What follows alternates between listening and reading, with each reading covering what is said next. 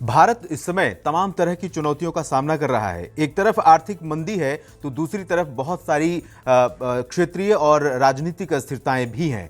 एक तरफ पहले हमने देखा हिजाब और उसके बाद अजान और तमाम सारे सामुदायिक स्तर के मुद्दे, लेकिन हाल का मामला पंजाब का मोहाली का है, जहां पर हुआ ताज़ा ब्लास्ट सुर्खियों में है। और यहां पर जो ब्लास्ट हुआ है वो और उस ब्लास्ट के बाद जिस तरह के बयान पुलिस की तरफ से आ रहे हैं, जिस तरह से उस बयान पर संदेह जताए जा रहे हैं, ये बहुत बड़ा विषय है, बहुत गंभीर विषय है। और इसी विषय पर हम बात करेंगे आज के इंडिया.com के एक्सक्लूसिव वीडियो में। हमारे साथ इस मुद्दे पर चर्चा करने के लिए है आतंकवाद और अंतर्राष्ट्रीय मामलों के विशेषज्ञ जानकार मेजर अमित बंसल। सर, आपका बहुत बहुत स्वागत है। शुक्रिया। सबसे पहला सवाल यही है कि आखिर ये आरपीजी जिसका नाम इस ब्लास्ट के साथ जोड़कर देखा जा रहा है, जो वेपन हमें दिखाया जा रहा है, वो आखिर में है क्या और वो किस तरह से काम करता है? क्या उसको ब्लास्ट करने के बारे में जो कहा जा रहा है कि वो ऑफिस में रखा गया था, दफ्तर में एनआईए के इंटेलिजेंस के ऑफिस में रखा हुआ था, वहां से ब्लास्ट हुआ, तो आखिर में है क्या ये? देवेंद्र जी, ये ब्लास्ट बहुत ज़्यादा सेंसिटिव ब्लास्ट है जी, क्योंकि जो इमेजेस अभी इंटरनेट पर सर्कुलर हो रही हैं और जिससे मैं इसको जान पा रहा हूँ, ये एक आरपीजी रॉकेट प्रोपेल्ड ग्रेनेड है और होना हो ये आरपीजी 26, एक आरपीजी 26 का एक वर्जन है, ये उसका पार्ट है, जो कि एक काफ़ी एडवांस टाइप का रॉकेट प्रोपेल्ड ग्रेनेड है। और आप इससे अंदाज़ा लगा सकते हैं कि लगभग 85-86 में इसको एडवांस प्रोडक्शंस का स्टार्ट हुआ, लगभग 20-30 साल पहले। हमें पिछले जितने समय से हम आतंकवाद को देख रहे हैं भारत के अंदर, चाहे वो खालिस्तानी आतंकवाद हो 80s के दशक का, या फिर हम 90s का कश्मीर का आतंकवाद देखते हैं, या फिर हम जो पाकिस्तान में जो उनके जो ट्राइबल लीडर्स हैं जो लड़ाई लड़ रहे हैं, हमें कहीं भी आरपीजी 26 नहीं दिखाई देता है। ये बहुत एडवांस वेपन है। हमारे को वहाँ पर यूजुअली आरपीजी 7 दिखाई देते हैं या आरपीजी के लोकलाइज वर्जन दिखाई देते हैं, बट आरपीजी 26 नहीं दिखाई देता।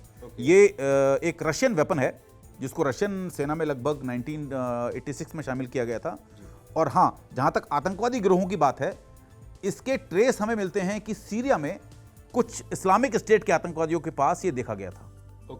अब उसका भारत में होना, और भारत में भी इंटेलिजेंस ब्यूरो के हेडक्वार्टर में पुलिस इंटेलिजेंस के इंटेलिजेंस ब्यूरो माफी चाहता हूँ पुलिस इंटेलिजेंस के हेडक्वार्टर में होना, ये बहुत बड़ा एक संदेहास्पद मुद्दा है जिसकी जांच होनी चाहिए। जी, बहुत बड़ा मुद्दा है और इस पर निश्चित रूप से जिस तरह से सतर्क हुई हैं केंद्रीय एजेंसियां और सरकार ने ये डिक्लेयर किया है कि इस मामले की जांच एनआईए करेगी, यानी कि पुलिस की तरफ से जो बयान आया है उस पर भरोसा नहीं है। ये बहुत बड़ा विषय है, जैसा कि मेजर अमित बंसल ने बताया। और निश्चित रूप से अगर इसके तार सीरिया के आईएसआईएस से जुड़ते हैं और खालिस्तान से जुड़ते हैं तो भारत और इंक्लूडिंग नॉर्थ इंडिया जो पंजाब का क्षेत्र है, ये सब बहुत बड़ा विषय हो जाएगा। मामले की जांच जो एनआईए को सौंपी जा रही है जी, पंजाब सरकार कह रही है कि ये बहुत छोटा सा मामला था, बहुत छोटा सा ब्लास्ट है। पंजाब पुलिस, मोहाली पुलिस भी यही कह रही है। तो ऐसा पंजाब पुलिस क्यों कह रही है और क्यों केंद्र सरकार को या केंद्रीय एजेंसियों को पंजाब पुलिस के इस बयान पर भरोसा नहीं है? देवेंद्र जी, हो ना हो पंजाब पुलिस कुछ ना कुछ छिपा रही है, क्योंकि आरपीजी 26 का होना एक अपने आप में इतना बड़ा मुद्दा है। अगर वो ब्लास्ट भी नहीं होता, अगर आरपीजी 26 पाया भी जाता, डिटेक्ट भी किया जाता, तब भी उसकी जांच एनआईए को करना जरूरी, हर तरीके से लाजमी था, क्योंकि ये बहुत बड़ा हथियार है, एरिया वेपन है, एक बहुत बड़े इलाके में तबाही मचा सकता है। और इतना सेंसिटिव हथियार है कि इसके किसी भी आतंकवादी गुट के साथ एक्सेप्ट आईसिस होने के सबूत नहीं मिलते हैं। तो भारत में इसकी प्रेजेंस अपने आप में एनआईए की जांच शुरू करने के लिए काफी है। लेकिन जिस प्रकार से पंजाब पुलिस के बयान आ रहे हैं, पंजाब पुलिस ने पहले तो कहा है कि एक छोटा सा धमाका है, दूसरा उनका बयान आया कि ये धमाका एक्सीडेंटली हुआ और ये पंजाब पुलिस के हेडक्वार्टर में हुआ जी। तो और बार बार इसको दबाने की कोशिश हो रही है, बार बार वो एनआईए की जांच को मना कर रहे हैं, एनआईए की जांच में रोड़ा पैदा कर रहे हैं। तो इससे 2-3 बातें सामने आ रही हैं, 2-3 प्रश्न हैं और बहुत बड़े बड़े प्रश्न हैं। पहली बात, अगर ये एक्सीडेंटल ब्लास्ट था तो मोहाली में पंजाब पुलिस के इंटेलिजेंस के दफ्तर में आरपीजी 26 कहां से आया? क्या आरपीजी 26 का इस्तेमाल भारत में कोई भी फोर्सेस नहीं करती हैं? जी नहीं, भारत में ना तो भारत की सेना, ना भारत की कोई भी पैरामिलिट्री फोर्सेस, ना भारत की कोई और अन्य यूनिफॉर्म सर्विस आरपीजी 26 का इस्तेमाल नहीं करती है। यानी कि भारत में ना ही सिक्योरिटी एजेंसीज और ना ही अब तक के टेररिस्ट ग्रुप इसका इस्तेमाल करते रहे हैं। तो ये अपने आप में बहुत बड़ा संदेह पैदा करता है पंजाब पुलिस के स्टेटमेंट पर। बहुत सही आपने कहा। दूसरा प्रश्न आप कह रहे थे? दूसरा प्रश्न मैं ये कह रहा था कि जिस प्रकार से ये ब्लास्ट हुआ है, RPG-26 एक सेफ वेपन है और इसको एक डिस्पोजेबल ट्यूब में रख करके छोड़ा जाता है, उसमें फिट होकर के आता है। जिस प्रकार से इसके फिन खुले हुए हैं, जिस प्रकार से ट्यूब से बाहर था, क्योंकि ये वेपन ऐसा है कि ट्यूब के साथ फिटेड आता है जी। आप इसको ट्यूब से तब तक अलग नहीं कर सकते जब तक आप इसको फायर नहीं करते हैं। तो रखे रखे अगर ब्लास्ट हुआ तो उसकी ट्यूब कहाँ है जी, और ट्यूब अगर नहीं है तो इसका मतलब इसको कहीं दूर से फायर किया गया है और जाकर के ये इंटेलिजेंस ब्यूरो के दफ्तर की तीसरी मंजिल पर गिरा है जी, क्योंकि इसकी लगभग 250 मीटर के आसपास की रेंज है। तो बाहर से अगर फायर किया गया तो वहां क्यों नहीं जांच हुई? ये आपको पता होगा कि ब्लास्ट तो हुआ है लेकिन इसमें कोई हताहत नहीं हुआ है, ये बहुत इंपॉर्टेंट चीज, फैक्ट ये भी है। तो कहीं ना कहीं सिंबॉलिक ये ब्लास्ट था और ये कुछ न कुछ सिग्नल देने की कोशिश। सिंबॉलिक नहीं था, क्योंकि RPG-26 हम लोगों ने काफी इस तरह के हथियारों को इस्तेमाल किया है जी, और ये हथियार रखे रखे ब्लास्ट नहीं होते हैं जी, कि रखे हुए या हीट से या किसी और चीज से ब्लास्ट हो गए। जब तक आप इसको लॉन्च नहीं करेंगे, क्योंकि लॉन्च हुआ है, आप देखिए इसमें आप जब हम इमेजेस देखते हैं तो उसमें इसके फिन्स आपको खुले हुए दिखाई दे रहे हैं जी, जी। इसमें आपको उसका बूस्टर मोटर फायर किया हुआ दिखाई दे रहा है, इसमें आपको इसका रॉकेट जो इसका वॉरहेड है वो ब्लास्ट हुआ दिखाई दे रहा है। तो निस्संदेह 100% इसको इसकी ट्यूब से फायर किया गया है ओके, और एक डिस्टेंस से फायर किया गया। नहीं, मेरा कहने का अर्थ यह है कि इस ब्लास्ट का सिंबॉलिक इसलिए है क्योंकि जो भी ग्रुप भारत में पंजाब के जरिए अस्थिरता फैलाना चाहते हैं वो सरकार को संकेत कर रहे हैं कि तैयार हो जाइए, हमारी प्लानिंग और भी बाकी है। तो अगला सवाल यही है कि क्या पंजाब भारत में एंटी इंडिया फोर्सेस के लिए पंजाब एक नया प्लेग्राउंड बन चुका है? देवेंद्र जी, अगर मैं पिछले 2 सालों की घटनाओं पर गौर करते हैं जी, जिस प्रकार से पहले फार्मर्स प्रोटेस्ट हुआ जी, फार्मर प्रोटेस्ट के दौरान लगभग 70% जो फार्मर्स थे जो दिल्ली के बॉर्डर पर बैठे हुए थे, ये वो फार्मर्स थे जो पंजाब के उस इलाके से आते थे जिसको पास्ट में, जिसको 80 के दशक में आतंकवाद का सबसे बड़ा गढ़ माना जाता था। तरन तारन, हाँ, खालिस्तानी तरन तारन और सारे के सारे अधिकतर किसान उस इलाके थे, फजिल का फरीदकोट। पहली बात। दूसरी बात, आप सीक्वेंस देखिए, पहले आप देखते हैं कि किसानों का प्रोटेस्ट हुआ जिसका कोई कारण नहीं था, उनके पास कोई भी कारण नहीं था कहने का। उसके बाद फोर्सफुली जब उनको हटाना पड़ा, सारी सरकार ने कानून वापस लिए और वो हटे। उसके बाद फिर जनवरी 2022 में प्रधानमंत्री के काफिले को एक सेंसिटिव इलाके पर रोका गया। अब अगर मैं 2 स्टेटमेंट आपको देता हूं, availability of area weapons like RPG with terrorist and stopping of PM's कैवलकेड इन पंजाब, और अगर इन दोनों को आप रिलेट करने की कोशिश करो तो एक बहुत भयावह तस्वीर पैदा होती है। बहुत गंभीर मामला है जी हाँ, और बहुत सेंसिटिव तरीके से आपने इस चीज को जोड़ा है कि अगर इस तरह के वेपन पंजाब में मौजूद हैं और प्रधानमंत्री के काफिले को, जिसके बारे में बहुत तरह की खुफिया तैयारियां होती हैं रास्ते को तय करने के लिए, और उनके काफिले को रोक देना, इसका मतलब है कि कुछ प्लानिंग रही होगी। जी हाँ, कुछ प्लानिंग रही होगी और बहुत खतरनाक प्लानिंग रही होगी।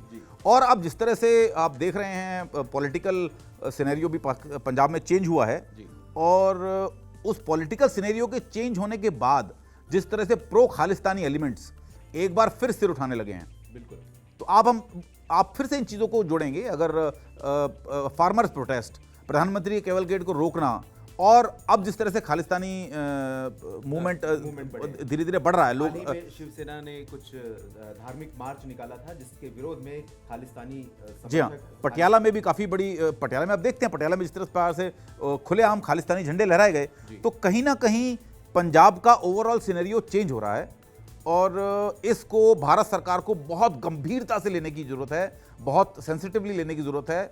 और NIA या जो भी सेंट्रल इंटेलिजेंस एजेंसीज हैं उनको अपना काम बहुत जिम्मेदारी से करने की आवश्यकता है, क्योंकि हो ना हो कहीं ना कहीं कोई ना कोई ताकत तो है जो पंजाब के जरिए इस देश के हालात एक बार फिर से बिगाड़ना चाहती है। जी, और जब से आम आदमी पार्टी की सरकार पंजाब में बनी है उसके बाद जो खालिस्तानी, प्रो खालिस्तानी एजेंडा पंजाब में चलाया जा रहा था और एंटी इंडिया जो मूवमेंट है किसी भी तरह का चलाया जा रहा था, उसको बल मिला है। जिस तरह से मेजर अमित बंसल ने बताया कि प्रो खालिस्तानी लोग या समर्थित आतंकवादी लोग सिर उठाने लगे हैं, ये कोई छुपी हुई बात नहीं है, आज हमारे सामने है। और एक के बाद एक परतें आप खोलते चले जाएंगे, सब चीज़ें सामने होंगी। लेकिन इसके बाद भी बड़ी चीज़ ये है कि भगवंत मान, चीफ मिनिस्टर ऑफ पंजाब, ने ये कहा है कि कुछ लोग हैं जो पंजाब का सौहार्द बिगाड़ने की कोशिश कर रहे हैं।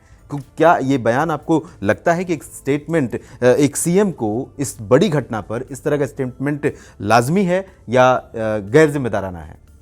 देवेंद्र जी, ये मैं हास्यास्पद कहता हूँ एक चीफ मिनिस्टर का स्टेटमेंट। आप कह रहे हैं कि कुछ लोग बिगाड़ना चाहते हैं, एक इतना बड़ा वेपन, एक एरिया वेपन पाया जाता है आपके प्रदेश में, फायर होता है, और इतना सेंसिटिव वेपन RPG 26 फायर होता है, और आप कह रहे हैं कि कुछ लोग बिगाड़ना चाहते हैं। अगर कहीं कोई प्रोटेस्ट हो रहा होता, अगर कहीं छोटा मोटा कुछ दंगा हो रहा होता, हम कह सकते थे कि हाँ उस हालात में ये स्टेटमेंट जायज़ है।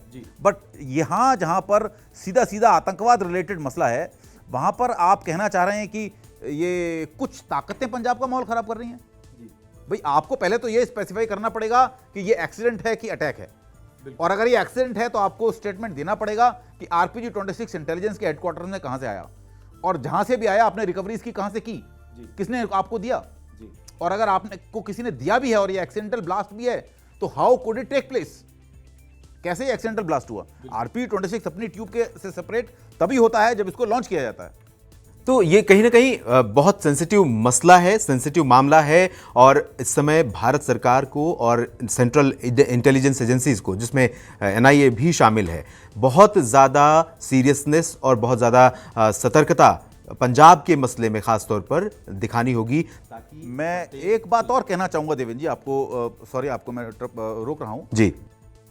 जैसा कि हमारे पास सूचना है कि इस प्रकार के हथियार अभी तक जो हमारे पास नॉन आतंकवादी ग्रुप हैं, उसमें इस प्रकार के हथियार सीरिया में इस्लामिक स्टेट के पास देखे गए हैं। अब इस हथियार का पंजाब में होना एक स्टेटमेंट है। दूसरा स्टेटमेंट अगर मैं इसके साथ जोड़ूं, इस्लामिक स्टेट धीरे धीरे अपने गजवा हिंद के जरिए भारत के ऊपर कब्जा करना चाहता है। उन्होंने ऑलरेडी एक अपनी विंग लॉन्च किया इस्लामिक स्टेट खोरासान के नाम से, और वो चाहते हैं कि धीरे धीरे इंडिया के अंदर भी, भारत के अंदर भी वो कब्जा करें। तो ऐसा ना हो, ये बहुत भयावह स्थिति है और मैं केवल उसको विजुलाइज कर रहा हूं। ऐसा हो ना हो कहीं ना कहीं पाकिस्तान की ISI, खालिस्तानी सेपरेटिस्ट, खालिस्तानी आतंकवादी और इस्लामिक स्टेट के आतंकवादियों ने हाथ ना मिला लिया हो। ये बहुत बड़ी घटना होगी अगर ऐसा होता है, क्योंकि ISIS का एजेंडा, ISIS का टेररिज्म आपने वेस्ट एशिया में, पश्चिमी एशिया और मध्य एशिया के तमाम क्षेत्रों में देखा है, और ये भयावहता भारत संभवतः देखना नहीं चाहेगा जम्मू कश्मीर और पंजाब की घटनाओं के बाद। और निश्चित रूप से सरकार इस मामले में फूंक फूंक कर कदम रखेगी, और इस जो आप संभावना जता रहे हैं वो संभावना, उस संभावना को रोकने के लिए सरकार पूरी कोशिश करेगी, ऐसा लगता है। तो ये था आज का हमारा डिस्कशन पंजाब के मोहाली में हुए, पंजाब पुलिस के द्वारा कहें तो छोटे से ब्लास्ट, लेकिन ये बहुत बड़ी घटना है, और बहुत बड़ी घटना भारत की संपूर्ण संप्रभुता, भारत की पूरी सुरक्षा से जुड़ा हुआ है। इस वीडियो में फिलहाल इतना ही, लेकिन एक बार फिर से आपसे अपील करेंगे कि अगर इस मुद्दे पर या इसके अलावा किसी भी विषय पर आपकी अपनी कोई प्रतिक्रिया है तो वीडियो के कमेंट बॉक्स में ज़रूर लिखें। और मेजर अमित बंसल से अगर आप कुछ पूछना चाहते हैं तो डिस्कशन में भी आ सकते हैं, इंटरैक्टिव रहेगा। आप सवाल पूछेंगे, मेजर अमित बंसल आपके सवाल का जवाब देंगे, और किसी और विषय पर आप चाहते हैं चर्चा तो हम ज़रूर उस विषय को भी इंक्लूड करेंगे India.com के अपने इस एक्सक्लूसिव डिबेट और डिस्कशन के सेगमेंट में। आपका धन्यवाद वीडियो देखने के लिए। जुड़े रहिएगा देश और दुनिया की तमाम खबरों के लिए India.com के साथ। और मेजर अमित बंसल, आपका बहुत बहुत शुक्रिया, आपने समय निकाला हमसे बात करने के लिए। धन्यवाद। Thank you.